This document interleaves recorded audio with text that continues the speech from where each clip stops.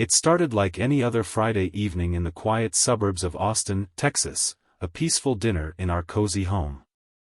The television hummed softly in the background, filling the silence. Emma, my wife of almost 4 years, had just finished setting the table. Her soft brown hair was pulled into a loose bun, and her tired smile, one that had become all too familiar in recent months, lingered for only a moment before fading. Her attention was already elsewhere, her fingers idly scrolling through her phone as I carried over the last dish. I didn't think much of it. We'd both had long days at work, and exhaustion had become a constant companion. But tonight, I still held out hope that we might share a quiet, uneventful evening. As we sat down, the conversation drifted through its usual routine, updates about work, plans for the weekend, and a few mentions of upcoming family events. Predictable. Familiar. And then it happened, a moment so small yet so devastating that it would unravel everything. We were talking about our finances, a recurring tension in our marriage. The latest challenge was an unexpected medical bill for our dog, Luna. We really should have been better prepared for this, Emma said, her voice sharp enough to cut through the fragile calm. I get that, I replied evenly, trying to keep the irritation out of my tone. But it's not like I could have predicted Luna would get sick. Her sigh was heavy, and she set her fork down with a clink. That's the problem, Lucas. You're always reacting instead of planning. It's like you don't think ahead. Her voice had an edge I hadn't heard in a while, but what followed was far worse. When I was with Brian, she began but stopped abruptly, as if realizing too late the weight of her words. But the damage was already done. For a moment, the world around me blurred. The sound of the TV faded. The clinking of her fork, the distant hum of the refrigerator, gone. All I could hear was that name, echoing in my mind like a warning bell. Brian. Her ex-boyfriend. The man she'd dated for nearly 5 years before we met. The man who seemed to occupy far too much space in her memories. I stared at her, my appetite evaporating in an instant. When you were with Brian, what? I asked, my voice low but trembling with anger. Emma's cheeks flushed as she rushed to recover. I didn't mean it like that, she said, her words tumbling over each other. He was always good at managing things like this. Like what? I pressed, my voice louder now. Finances? Problems? Being your husband? The room suddenly felt colder. She looked down at her plate, unable to meet my gaze. Her silence spoke louder than anything she could have said. For nearly 4 years, I had tried to be everything Emma needed, her partner, her confidant, her teammate. And now, in one careless sentence, she had reduced me to a comparison, a shadow of a man she once loved. Wow, I said, pushing my chair back from the table. Just, wow. Lucas, wait, she said, standing up as I turned toward the living room. You're blowing this out of proportion. No, I said, spinning back to face her. I'm not. You meant exactly what you said. At least Brian would have handled it better, right? That's what you think. Her expression faltered. It's not about Brian, she snapped, but her voice cracked slightly. It's about how you never plan ahead. I feel like I have to carry everything, on my own shoulders. Her words hit me like a freight train, not just for what they said, but for what they didn't. In that moment, I wasn't just Lucas, her husband, I was a placeholder, a backup plan for a man she clearly still admired. I clenched my fists, fighting back the urge to yell, to break something, to release the pressure building in my chest. Instead, I walked into the bedroom, closed the door behind me, and sat on the edge of the bed, staring blankly at the floor. The rest of the evening passed in a haze. Emma knocked on the door more than once, her voice soft and pleading, asking me to come out and talk. But I couldn't bring myself to face her, not yet. When I finally emerged hours later, the house was silent.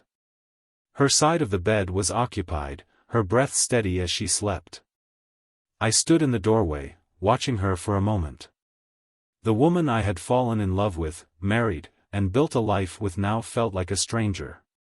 Her words from earlier echoed in my mind, louder and more damning with each repetition, when I was with Brian. They weren't just words. They were a judgment. A verdict. And as I stood there, I made a decision. One I wasn't sure I'd follow through with, but one that felt certain in the moment. If she couldn't see me for who I was, flaws and all, then maybe it was time I left. I spent the night on the couch, staring at the ceiling fan as it lazily turned above me. Each creak of its blades felt like a countdown to the inevitable. Sleep was out of the question. At some point, I reached for my phone, not knowing why. It was after 2 a.m., and the notifications blinking on the screen were mostly unimportant: work emails, a promotional text from the pizza place down the street. But then I saw it, a missed call from Emma's mother. Confused, I opened the voicemail. "Hi, Lucas. It's Joan. I'm sorry to call so late, but something's come up. It's about Emma. Please call me back when you can." I stared at the phone, dread pooling in my chest. What could her mother possibly want to talk about, especially in the middle of the night? Against my better judgment, I called back. Joan picked up on the second ring. "Lucas?" she asked, her voice thick with exhaustion. "Thank God. Is Emma with you?" I frowned. "Yes, she's asleep." "Why?" Joan sighed, a long, heavy exhale that made my stomach twist. "She called me earlier," she said slowly. She sounded off. Like something was really wrong. She didn't tell me what, but I cut her off. "She's fine, Joan. We had a fight, that's all. I'll talk to her in the morning." But even as I said it, I felt a twinge of doubt. Joan was many things, but overdramatic wasn't one of them. "All right," she said reluctantly. Just make sure she's okay, Lucas. Please." After I hung up, I couldn't shake the unease that settled over me. I glanced toward the bedroom, where Emma still slept soundly. What had she told her mother? I didn't get an answer that night, but I knew one thing for sure: the fracture in our marriage had just gotten wider. The next morning, I woke to the soft sound of Emma moving around the house. She wasn't her usual, hurried self.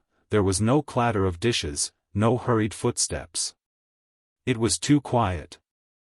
I pushed myself off the couch, my back aching from the uncomfortable night.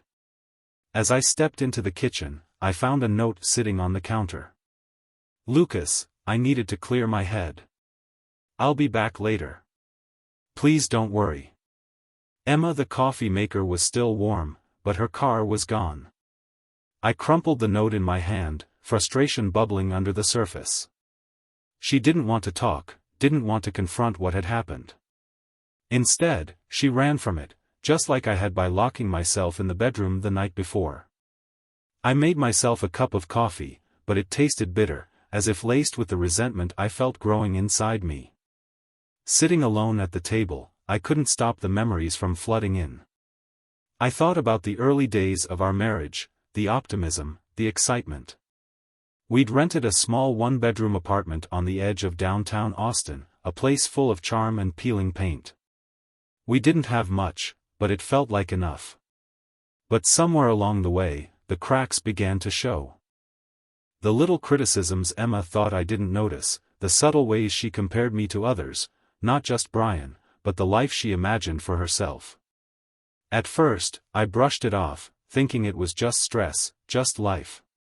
But now I wasn't so sure. One memory stuck out like a sore thumb. A few years ago, we'd gone to her parents' house for Thanksgiving. Her mom, Joan, asked how I was doing at work, and before I could answer, Emma chimed in. "He's doing fine, though I wish he had Brian's ambition. That guy was always so driven." She'd laughed, as if it were a harmless joke. I laughed too, though the sound caught in my throat. That day, I'd told myself it didn't matter. But now, sitting in the quiet kitchen, I realized it wasn't just an isolated moment. It was part of a pattern I'd ignored for far too long. By midday, the silence in the house became unbearable. I found myself pacing, the walls of our home suddenly feeling too close. I walked into our bedroom and opened the closet. My clothes hung neatly on one side, Emma's on the other. The sight of her floral dresses, the ones she used to wear on our date nights, made my chest tighten. I stared at my clothes for what felt like an eternity before finally reaching for a suitcase. This wasn't impulsive. The decision had been brewing since last night. Maybe even before that. I pulled out shirts, folded them with shaking hands, and packed them neatly into the bag. On the dresser, I noticed a framed photo of us on our wedding day. Emma's blonde hair fell in soft waves around her face, her eyes shining with a happiness I hadn't seen in a long time. I looked younger too, hopeful, ready to take on the world with her by my side. I picked up the photo and stared at it, searching for some sign that this moment was inevitable. But all I saw were two people who believed in forever. With a sigh, I placed the photo face down on the dresser and zipped the suitcase shut. As I set the suitcase by the door, my phone buzzed on the counter. Joan's name flashed across the screen again. I hesitated before answering. "Lucas," she said, her voice strained. "Have you heard from Emma?" "She left a note saying she'd be back later," I replied. "Why?" There was a long pause on the other end of the line. "I just got a call from one of her friends, Leah. She said Emma came by this morning and seemed off. Lucas, she's not answering her phone now." A chill ran down my spine. "What do you mean, off?" "She was crying, rambling about mistakes, about not being good enough." "Lucas, please tell me you two didn't. We fought," I admitted, cutting her off. "Last night." "But Joan, where would she go? Did she say anything to Leah?" "No, just that she needed space," Joan said, her voice breaking. "I'm worried, Lucas." So was I. I hung up and grabbed my keys, my heart racing. My mind spun with possibilities. Where would she go? What was she thinking? I couldn't shake the image of her driving aimlessly, her mind clouded with guilt and regret. For all the anger I felt toward her, none of it outweighed the sudden wave of fear that hit me. I drove through the streets of Austin, my hands gripping the steering wheel tightly. Emma's favorite spots raced through my mind as I tried to think of where she might have gone. The park where we used to have picnics? The cafe near her old job? Or maybe somewhere I didn't even know about. My phone buzzed on the passenger seat. It was Joan again, but I couldn't bring myself to answer. Instead, I kept driving, the city blurring past me in a haze. I finally pulled into the parking lot of Zilker Park, one of Emma's favorite places. The sprawling green space was quiet, a handful of joggers and dog walkers passing by. I got out of the car and started walking, scanning the benches, the trails, and the open fields. "Emma!" I called out, my voice echoing. No response. As I turned to head back to the car, my phone buzzed again. This time, it was an unfamiliar number. Hesitant, I picked up. "Is this Lucas?" a calm, professional voice asked. "Yes," I said quickly. "Who is this?" "This is Officer Ramirez with the Austin Police Department. We've located your wife, Emma. She's safe, but she's asked to see you." My heart dropped. What happened? Where is she? "She's at St. David's Medical Center," he said. "She's not injured, but it's important you come as soon as possible." I barely heard the rest of what he said before I was back in the car, speeding toward the hospital. The fluorescent lights of the emergency room stung my eyes as I rushed inside. A nurse at the front desk directed me to a small private room down the hall. When I opened the door, Emma was sitting on a hospital bed, her arms wrapped tightly around herself. Her eyes were red and swollen, her face pale. "Lucas," she whispered, her voice trembling. I stepped closer, my anger and frustration momentarily replaced by concern. "What happened, Emma?" She looked down, unable to meet my gaze. I just needed to get away. I drove around for hours, thinking about everything. About us. About what I've done. And then her voice broke, and she covered her face with her hands. "What?" I pressed gently. "I stopped at the lake," she said, her words barely audible. "I just sat there, staring at the water, thinking about how much I've hurt you. How much I've hurt myself. And I thought maybe it would be better if I wasn't here at all." My stomach twisted as her words sank in. "You didn't," I started, my voice catching in my throat. "No," she said quickly, shaking her head. "A park ranger saw me crying and called the police. They brought me here." Relief and fear hit me all at once. I sank into the chair beside her bed, running a hand through my hair. "Emma," I said, my voice steady but strained.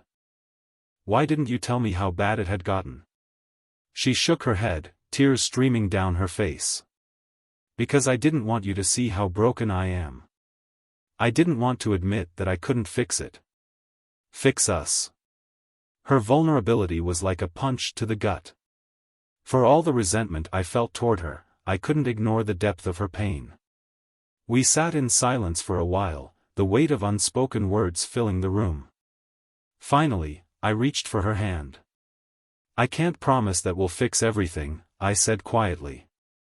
"But I can promise that I'll listen. That I'll try." She looked at me, her eyes filled with a mixture of hope and despair. "Lucas, I don't deserve that. Not after everything I've said. Everything I've done." "It's not about deserving," I said firmly. "It's about figuring out if we can move forward, together or apart. But you can't keep carrying all of this alone." She nodded, her grip on my hand tightening. A doctor came in a few minutes later to discuss next steps. They recommended Emma stay overnight for observation and suggested she consider therapy to address the underlying issues she'd been struggling with. Before I left, I leaned down and kissed her forehead. "I'll come back in the morning," I said softly. As I walked out of the hospital, the cool night air hit me like a wake-up call. The road ahead was uncertain, but for the first time, I felt like we were finally addressing the real problems, not just the surface-level arguments. The next morning, I returned to the hospital early, my mind still racing with everything Emma had said the night before. I wasn't sure what to expect when I walked into her room, but the sight of her sitting up in bed, staring out the window, was somehow both reassuring and heartbreaking. "Hey," I said softly as I stepped inside. She turned to look at me, her expression tired but calmer than it had been. "Hey." I sat down in the chair beside her bed. "How are you feeling?" She shrugged, her hands fidgeting with the edge of the blanket. "Better, I guess. The doctor came in earlier. They think therapy is a good idea." I nodded. "I think so too. For both of us."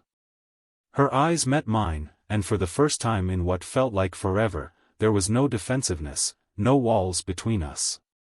"Lucas," she said quietly, "I know I've said this before, but I need you to know how sorry I am. Not just for last night, for everything. For the comparisons, for making you feel like you weren't enough. That was never my intention." I took a deep breath, the weight of her words settling over me. "I believe you, Emma. But it's not just about intention. It's about what those words did to us, to me." She nodded, her gaze dropping to her lap. "I know. And I don't expect you to forgive me overnight. I want to do better. I want us to do better." When Emma was discharged later that afternoon, I drove her home.